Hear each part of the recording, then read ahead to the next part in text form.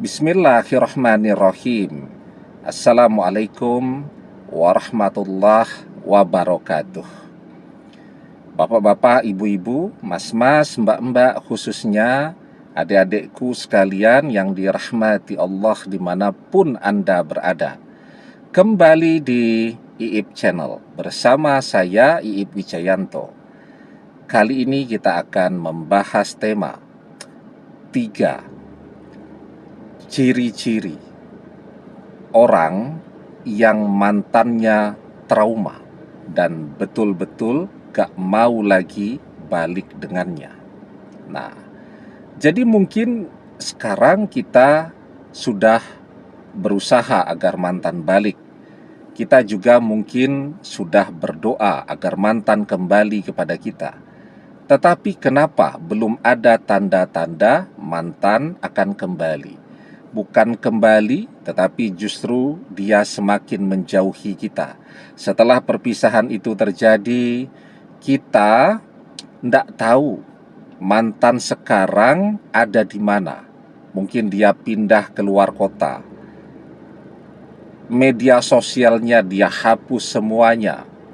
Dan nomor teleponnya dia ganti. Sehingga sekuat apapun kita berusaha untuk mencari di mana keberadaan mantan, tidak ada yang tahu. Teman-temannya tidak tahu, keluarganya semuanya diam. Nah, jadi kenapa bisa sampai begitu rupa? Karena mantan trauma dan betul-betul gak mau lagi balik kepada kita.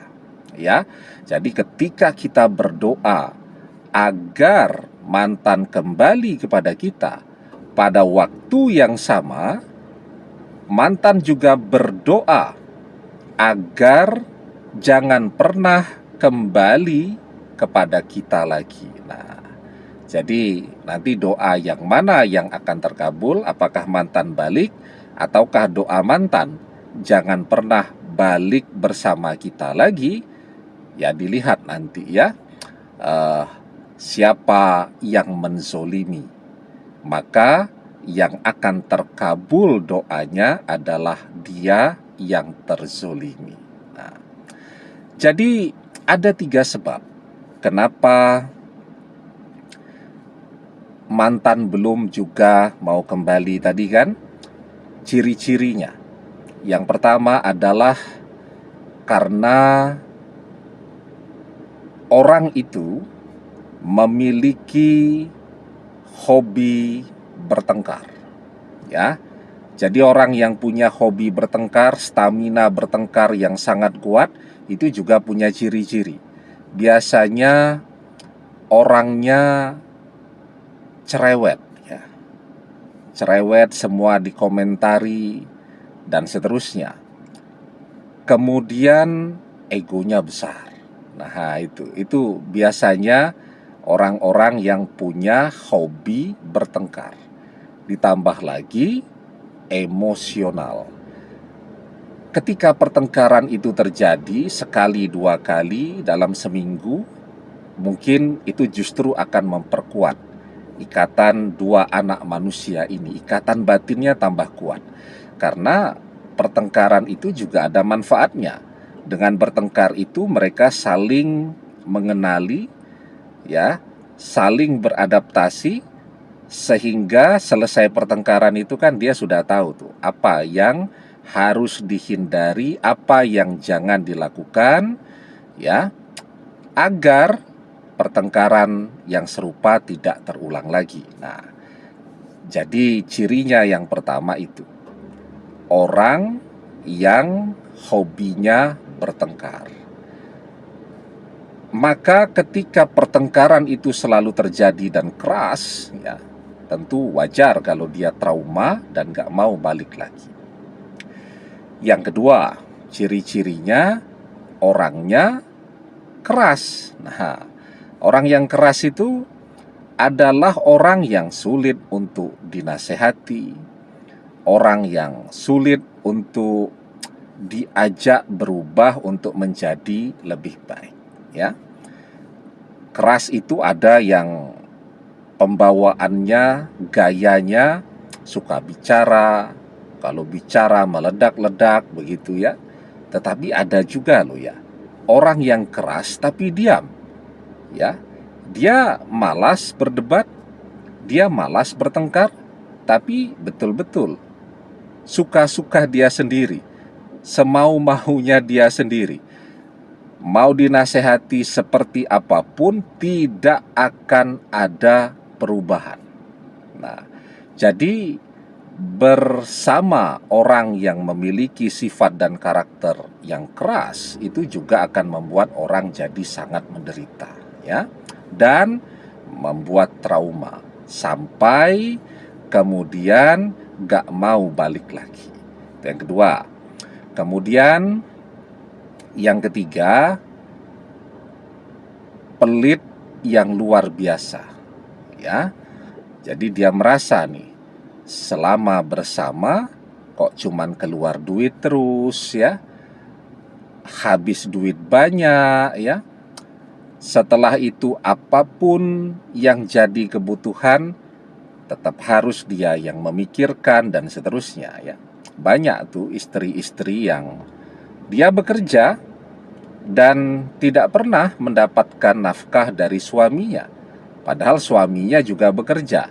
Bahkan dia tidak tahu berapa gaji suaminya untuk kebutuhan rumah tangga, ya, bayar SPP anak kuliah, bayar sekolah anak dan seterusnya, dia semua. Ya, jadi suaminya ya untuk dirinya sendiri, untuk senang-senang atau untuk ngirimi keluarganya, tetapi ya untuk anak istri dia lupakan. Nah, itu ada juga tuh yang seperti itu.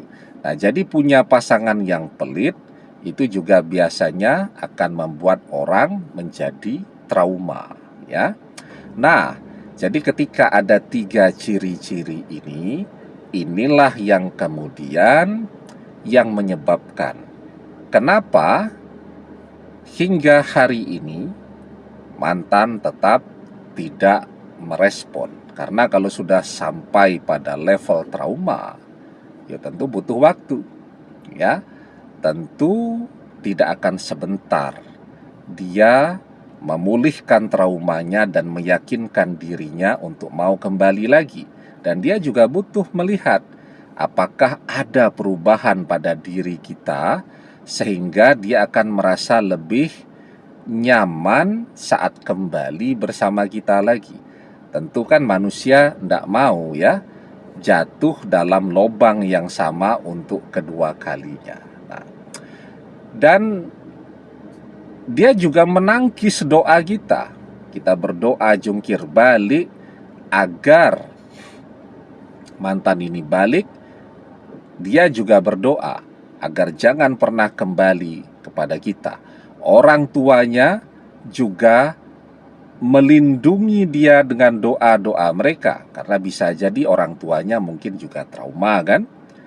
Dan doa orang tua itu adalah pagar yang sangat kuat untuk anaknya. Salasu da'awati mustajabah la syakka fihinna da'watul walidi. Ada 3 doa yang mustajab yang tidak diragukan lagi. Yang pertama adalah doa orang tua untuk anaknya. Nah, tadi ya di awal, nanti doa mana nih yang akan terkabul ketika kita berdoa agar mantan kembali, dan mantan berdoa agar jangan pernah kembali kepada kita. Ya, itu sangat tergantung kepada siapa yang terzolimi. Ya, karena yang terzolimilah yang kemudian akan keluar sebagai pemenang. Dialah yang kemudian doa-doanya akan terkabul. Nah, nanti kita kupas lebih jauh dalam video selanjutnya, insya Allah. Demikian, semoga bermanfaat. Wallahu a'lam bissawab, billahi taufiq wal hidayah. Assalamualaikum warahmatullahi wabarakatuh.